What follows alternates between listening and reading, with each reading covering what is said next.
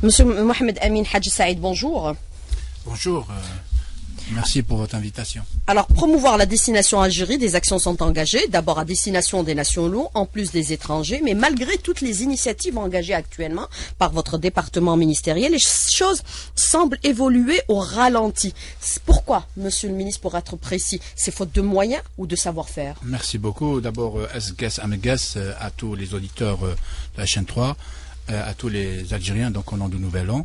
Bien sûr, nous sommes en train donc d'exécuter la stratégie nationale matérialisée par le schéma directeur d'aménagement touristique en vue donc de relancer donc l'industrie touristique nationale. Les objectifs du gouvernement algérien visent à relancer l'activité touristique nationale domestique parce que nous considérons que c'est la base et la condition sine qua non d'un développement touristique au sens large, donc international. Et ce qu'il y a lieu de dire par rapport au tourisme domestique et national, c'est qu'il a l'avantage de ne pas être tributaire des aléas géopolitiques, ni de la saisonnalité, ni de la territorialité. Et c'est ce que nous voulons, c'est-à-dire donc axer notre développement touristique sur une activité qui ne pâtit pas de ce qui se passe ça et là, à nos frontières, et puis aussi développer une activité touristique qui ne soit pas dépendante et tributaire d'un territoire au détriment des autres territoires, mais aussi une activité touristique qui n'est pas tributaire d'une saison au détriment des autres saisons. Mais pour être précis, quelle activité touristique? Écoutez, nous avons la chance d'avoir un pays continent, un pays à travers lequel nous pouvons développer toute forme de tourisme. À titre d'exemple, là actuellement, nous sommes en pleine saison saharienne et nous avons, avec beaucoup de bonheur, remarqué qu'il y a un bon retour de flux à destination de notre sud et grand sud, et cela est de très bon augure pour l'avenir de notre tourisme, parce que cette année il y a un engouement certain à destination donc de Jeannette, de Tamanrasset, d'Adrar, de Béchar, de Biskra, de Rabdaya, pour ne citer que ces destinations, et cela a été rendu possible, je dois le dire aussi, par la conjugaison des efforts de plusieurs acteurs, dont cette année particulièrement l'UGTA, qui a vraiment donc accompagné la volonté du département ministériel du tourisme à travers donc des conventions signées entre les différentes fédérations des œuvres sociales et les différents opérateurs touristiques algériens. Mais ce qui est relevé aujourd'hui, c'est que le tourisme saharien souffre d'un déficit en infrastructures touristiques. Comment combler aujourd'hui ce déficit? Quelles sont les actions concrètes que vous êtes en train d'engager sur le terrain? Parce que dans une wilaya comme Tamanrasset, vous avez pratiquement qu'un seul grand hôtel qui ne peut prendre en charge que pratiquement 200 personnes. Et si vous avez 2000, les 800 autres vont passer la nuit sous la Belle Étoile. Merci beaucoup. Mais justement, à parler de Belle Étoile, c'est justement le type d'hébergement qui correspond à Tamanrasset. C'est justement le bivouac, c'est les villages sahariens. Et là, vous me tendez une perche, parce que je dois dire que s'il est vrai que nous accusons un certain retard, dans la mesure où il y a beaucoup de choses que nous n'avons pas faites chez nous en matière de tourisme, il est aussi vrai que nous avons justement la latitude de pouvoir faire ce que les autres destinations ne peuvent plus faire. Je m'explique. L'objectif du gouvernement algérien vise donc à adapter les structures d'hébergement à la nature du site qui les abrite. Alors, on ne dort pas à Tamanrasset comme on dormirait à Alger ou à Oran, justement. Et on ne dort pas à Rabdaya comme on dormirait à Biskra. Chaque wilaya ayant ses spécificités, nous devons donc nous atteler à encourager des investissements qui respecteraient la spécificité du site, notamment en matière d'aspect architectural, mais aussi en matière de matériaux de construction, et puis en matière de type d'hébergement. Les investissements en cours, notamment au niveau de cette région saharienne? Nous avons tout récemment classé une nouvelle zone d'expansion touristique à Tamanrasset sur instruction de Monsieur le Premier ministre, une zone d'expansion touristique de plus de 300 hectares, donc qui va donner à cette wilaya, Tamanrasset, puisque c'est d'elle que nous parlons, la capacité de développer un parc hôtelier très conséquent. Je vous donnerai le chiffre total des investissements. Donc nous sommes à peu près à 92 000 lits, toutes catégories confondues au niveau national, dont plus de plus de 55 000 en cours de réalisation, avec un taux d'avancement très appréciable qui dépasse les 60%. Maintenant, je dois dire, pour plus d'objectivité, je dois donner une information capitale, c'est que l'investissement touristique algérien pâtit d'un problème qui est le suivant. C'est que la majorité de nos investissements hôteliers sont urbains. C'est à croire que l'activité touristique qui ne fonctionne actuellement, reste le tourisme urbain ou le tourisme d'affaires ou le tourisme de voyage. Alors que ce que nous voulons justement, puisque vous m'avez parlé de stratégie, c'est varier les produits touristiques et par conséquent nous devons nous atteler à encourager les investissements sahariens qui respecteraient donc l'écosystème saharien, mais aussi les investissements climatiques au niveau de Tijda, au niveau de Chebea, au niveau de Talaguilef, avec justement l'utilisation de matériaux appropriés au climatique, entre autres le bois, les chalets en bois. Donc nous allons nous évertuer à varier, diversifier les types d'investissements parce qu'aujourd'hui le plus gros est urbain. Oui, mais vous avez aussi un autre problème qui est soulevé au niveau, par exemple, du sud du pays. Il y a ce problème un peu du savoir-faire qui est en train ou qui tend à disparaître. Vous avez les agences de voyage qui, par rapport à la situation vécue par le pays, ont totalement disparu. Vous avez aussi les guides touristiques qui ont disparu. Est-ce qu'il ne faudrait pas aussi réapprendre l'activité touristique à la base, monsieur le ministre? Absolument, madame, absolument. C'est pour cela un des axes majeurs de la stratégie du gouvernement algérien pour la relance du secteur du tourisme reste le plan qualité tourisme, qui inclut donc la formation, le recyclage et puis la mise à niveau. Parce qu'il ne suffit pas. Vous savez très bien que nous sommes en train de rénover le parc hôtelier public, mais il ne suffit pas de remettre à neuf le hard, le parc hôtelier, si le soft, c'est-à-dire le personnel, la ressource humaine ne suit pas. Donc la cadence et la tendance. C'est pour cela que, à titre d'exemple, je vous dirais que nous allons très prochainement, donc lors du premier trimestre 2014, réceptionner l'école hôtelière d'Ain Benyen. C'est une école qui va être co-gérée à partir de la saison pédagogique, de l'année pédagogique prochaine, par l'école hôtelière de Lausanne, Suisse, et la partie algérienne.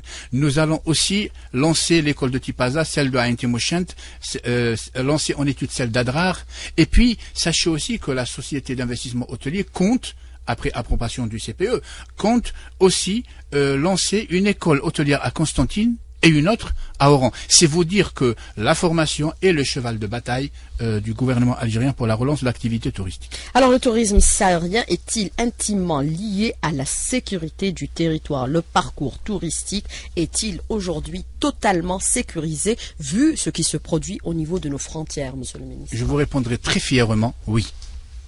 Avec beaucoup de fierté, je vous dirai oui. Le parcours touristique saharien chez nous est sécurisé, il est serein et d'ailleurs vous allez voir les témoignages des touristes nationaux soient-ils ou étrangers qui de retour de notre magique Sahara vont faire part donc de leurs impressions. Nous sommes absolument rassurés et assurés que nous avons un bel avenir à partir de notre tourisme. Mais il n'y a pas que ça, madame, parce que même le climatique est en train... Non, même le climatique est en train de revenir. Le tourisme climatique, le tourisme de montagne. Et c'est là une preuve indéniable que notre pays est un pays sécurisé, serein et prometteur. Alors, vous communiquez des chiffres, monsieur le ministre, plus de 2 700 000 touristes à la fin novembre. Pour la saison estivale, vous donnez un autre chiffre, plus de 72 millions d'estivants. D'où puisez-vous ces chiffres et sont-ils aujourd'hui fiables, vérifiables? Bien sûr qu'ils sont fiables et vérifiables. Les chiffres des flux touristiques, c'est des chiffres officiels de nos partenaires, de nos éternels partenaires de la Direction générale de la Sûreté nationale, qui font état cette année donc de plus de 2 700 000 touristes ayant donc jeté leur dévolu sur la destination algérienne, dont, il faut préciser, 964 000 touristes étrangers, et le reste c'est des Algériens résidant à l'étranger. Pour ce qui est de la saison estivale, là il s'agit d'estivants, donc c'est une autre paire de manches, et c'est des chiffres qui proviennent de la Direction générale de la protection.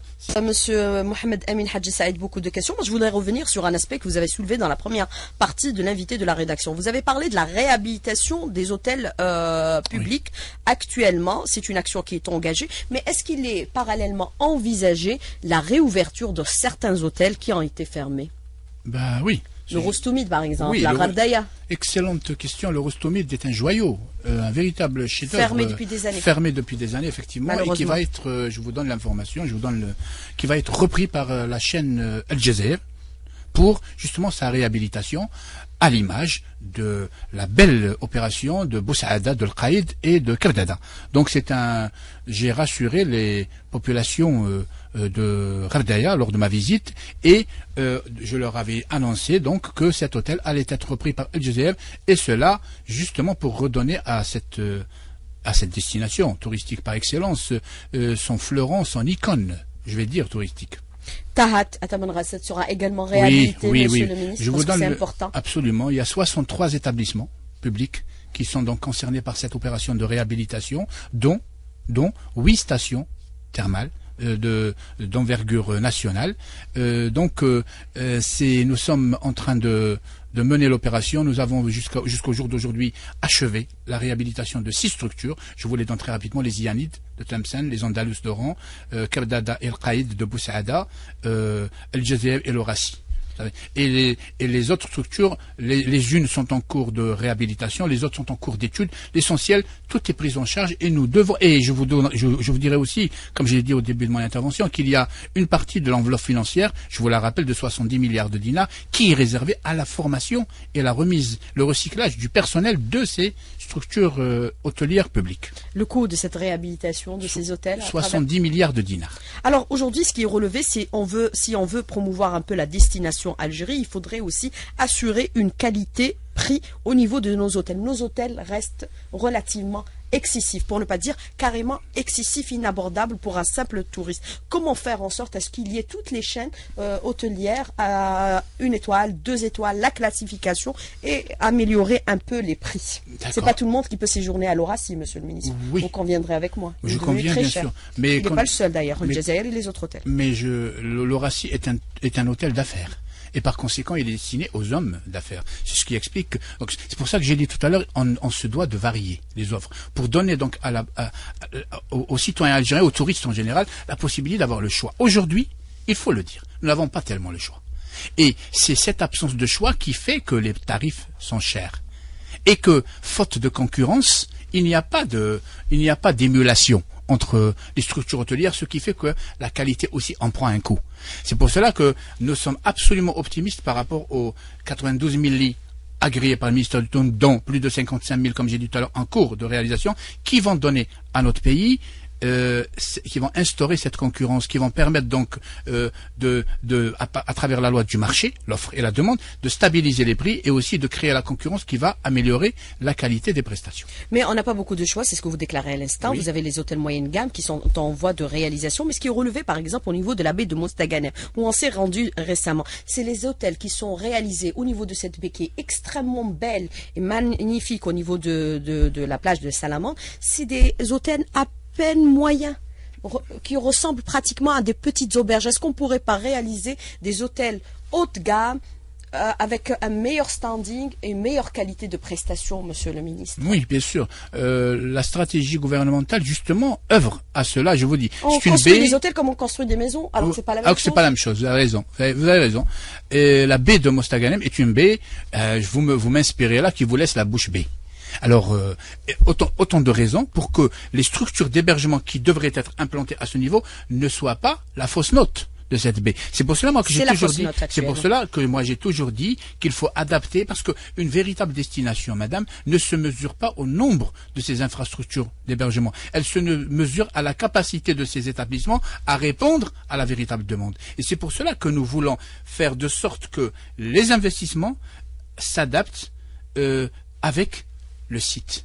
Alors, Mostaganem, la zone littorale de Mostaganem est une zone extrêmement fragile en matière d'écosystème. C'est pour cela que nous avons exigé dans le schéma directeur d'aménagement touristique de la wilaya de Mostaganem que les investissements soient des investissements respectueux de l'écosystème, respectueux aussi des populations locales. Et nous allons nous y atteler. La qualité des réalisations également. Oui, la qualité, l'aspect architectural, tout doit faire. Parce que moi je dis à chaque fois que lors de mes visites, je dis il faudra, lorsque je passe la nuit dans un établissement, je dis pas hôtel, je dis établissement d'hébergement de X wilaya, il faudra que je sache où je suis. Si je dors de la même façon dans les 48 wilayas, ce n'est pas normal.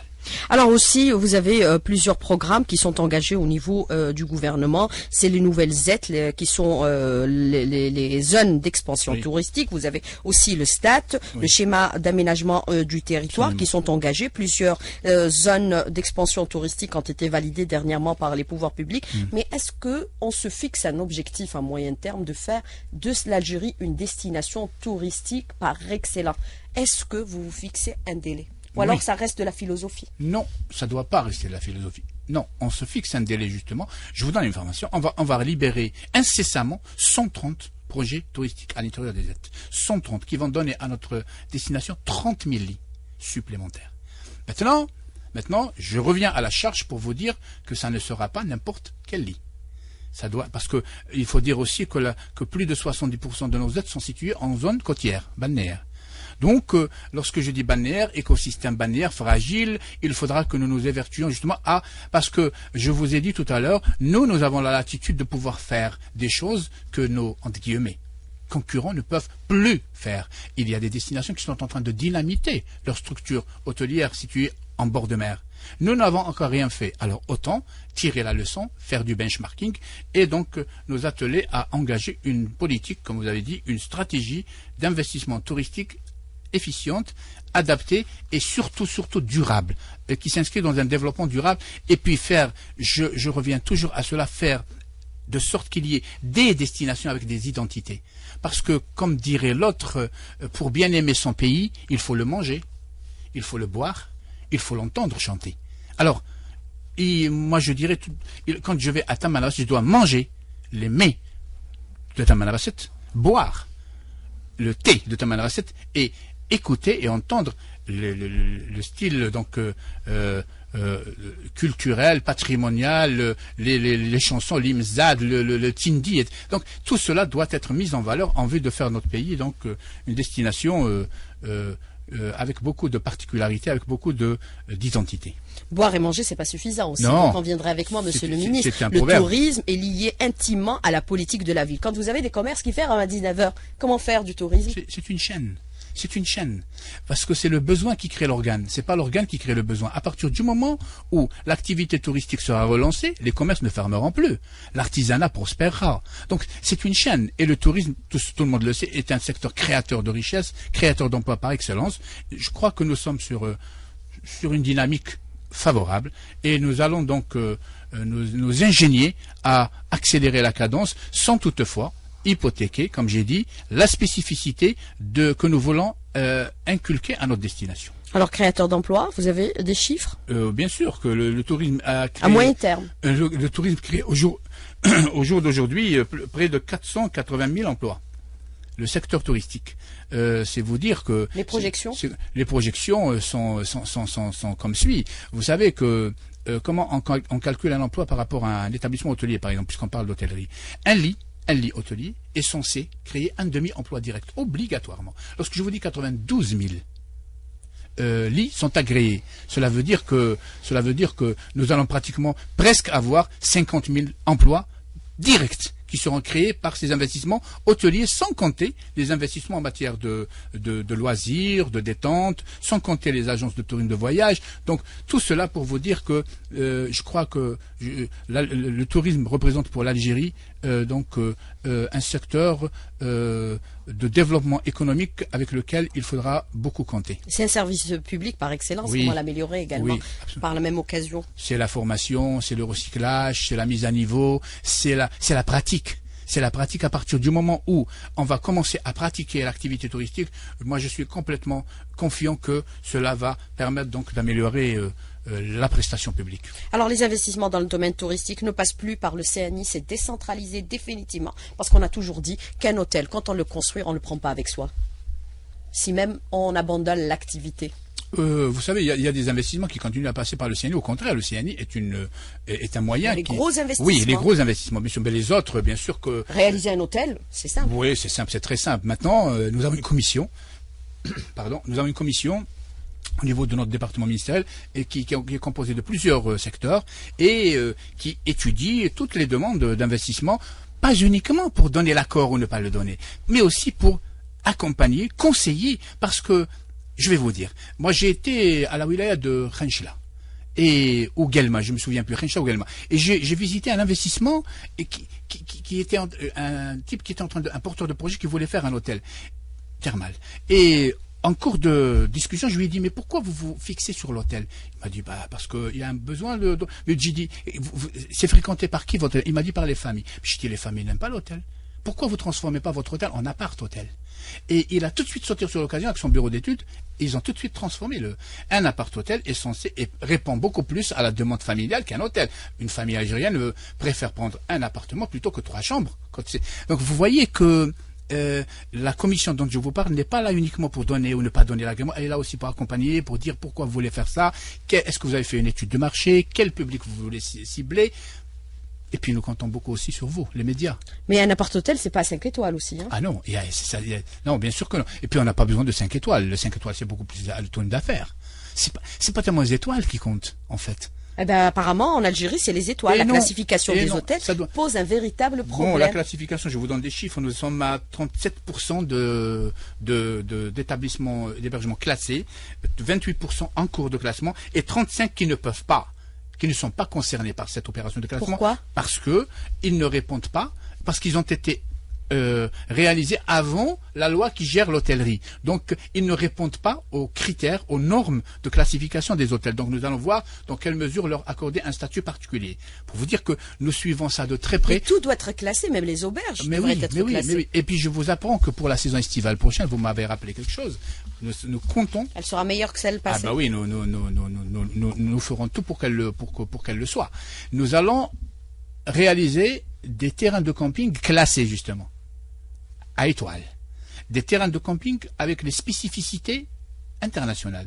Pourquoi? Parce que le tourisme balnéaire, comme son nom l'indique, est saisonnier. Et par conséquent, à tourisme saisonnier doit correspondre investissement saisonnier. Et c'est comme cela que nous allons progressivement, donc, si vous voulez, répondre à la forte demande de nos concitoyens pendant la saison estivale. Vous allez tout contrôler, tout vérifier, tout suivre de très près? On s'y attelle. On ne ménage aucun effort. On utilise même les réseaux sociaux pour cela. Nous utilisons tout. On peut vous joindre sur votre tweet, sur votre page Facebook. Bien sûr, nous avons une page. C'est l'occasion de le dire, comme ça les gens vont se plaindre. Oui, les gens se plaignent déjà. Les gens expriment des doléances. Nous répondons.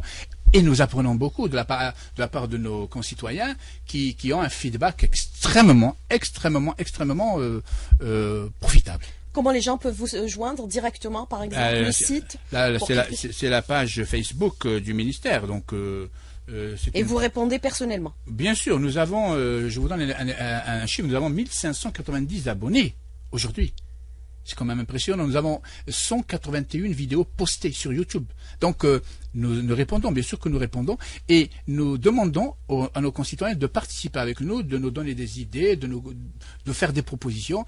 Et c'est de très bon augure. Les propositions, c'est pas ce qui manque. Monsieur Mohamed Amin Hadji Saïd, merci d'avoir répondu à nos questions et d'avoir été en direct avec nous ce matin dans le studio, et prends rétablissement. Merci beaucoup. Merci beaucoup, monsieur le ministre. Au revoir. Bonne journée. À vous aussi.